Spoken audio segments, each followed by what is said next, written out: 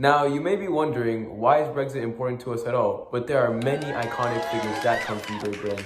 People like honorary Dr. Marcus Rashford, the GOAT himself, Ed Sheeran, people like the great goalkeeper, Aaron Ramsdale, and things like fish and chips, which is our national meal here. And then you have the double-decker buses, Jesse Lingard, and even the Beatles. All right, so this is our presentation on Brexit, also known as why England left the European Union. So to start with, I think it'd be best to provide some context as to Britain's role in the European Union.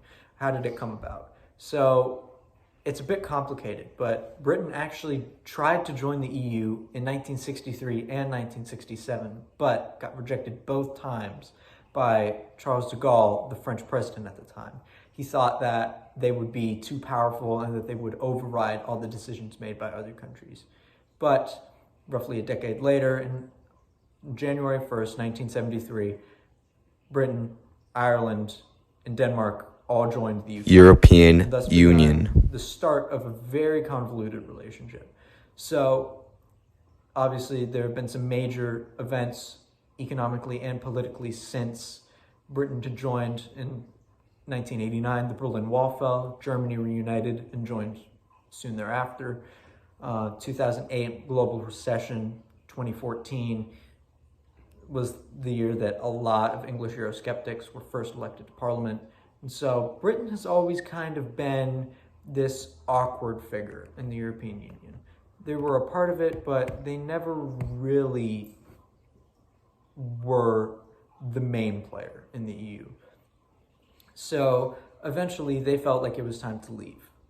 And that's when Brexit came about. So on June 23rd, 2016, a parliament vote was held. And that was when the majority of the people in parliament voted to have the United Kingdom leave the European Union. Now, it had been kind of a back and forth, how do we go about it? How are we going to leave? What terms should we ask for? That kind of stuff. Eventually, on December 12th, 2019, Boris Johnson got elected from the majority party in the parliament, and he said that by January 31st, 2020, he would get Brexit back. And he did. He kept his promise. And on the 31st of January 2020, Britain left. They entered a transitional period, so they still had some ties, but eventually, 31st of December 2020, they were gone. So why did Britain want to leave the European Union? It's the whole point of this topic. And so really, there's a lot of reasons, and it could span over a few decades. But really, the main three we want to focus on today are that, Britain, so it joined the EU under these three promises that the EU would give them a prosperous economy and it would give them protection against crime and terrorism, as well as control immigration and have efficient public services. And so to elaborate on each of those, the EU, sorry, I'm a little sick, all right? So the EU is supposed to give a prosperous economy to all who join and help them be more stable and have, prevent as much poverty. And so you're supposed to have other countries be able to back you up. And so England, being a big producer, a big world power, while not huge, it was able to contribute a lot of products, a lot of money, and it was able to help out a lot of other countries. And so, but it wasn't getting all of that out that it got in. It felt like it was getting ripped off per se, because it wasn't getting as much out of it as they were putting into it. They were helping other countries more than other countries were helping them. And so with protection against crime and terrorism, recently in the 21st century, the acid attacks and unfortunately the Paris attacks for terrorism all led to people in the EU and in the UK questioning whether the UK or the EU had control over these terrorist attacks and whether they could safely protect the public. And so, and control over immigration and efficient public services, this is supposed to keep immigration down and keep just general overpopulation down, but we'll get to that in a second. And so to expand on the prosperous economy, the 2008 recession, when the housing market crashed, caused the EU to they were all in a deficit, and so England tried to help out with the spending, but they just really couldn't. Oh wait, I've lost it. All right, can you edit that far out? Yeah, real quick. Okay. So to expand a little bit further about the economic motives of Brexit, the UK was the third largest producer of goods in the EU, while only being the sixth largest recipient of the EU's benefits. Obviously, this upset many English people, and this was one of the main reasons that they wanted to leave. They felt like they were being ripped off and that they weren't being represented properly in the EU and that their desires weren't being met. The UK produced 15.3% of all of the revenue in the EU in 2015, and they felt like they were not being properly represented.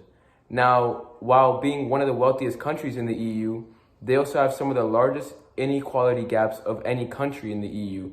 They are very poorly represented on the GPI index, meaning that there are huge gaps between the richest in the economy and the poorest in that same economy.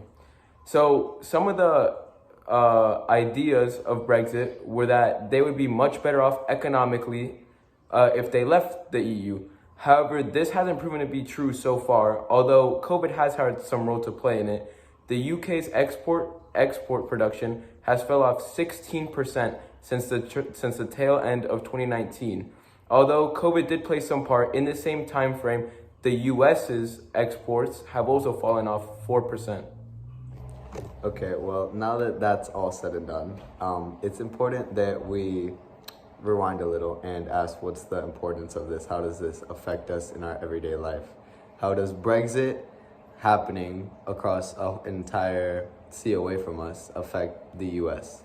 So after Brexit happened, the euro fell in value, not significantly, about 2% in value, whilst the British pound fell almost a whopping 10% out. And that just made the American dollar skyrocket in price. And at the same time, it digressed the business expansion in the European Union, allowing us to have more wholesale trade and finance.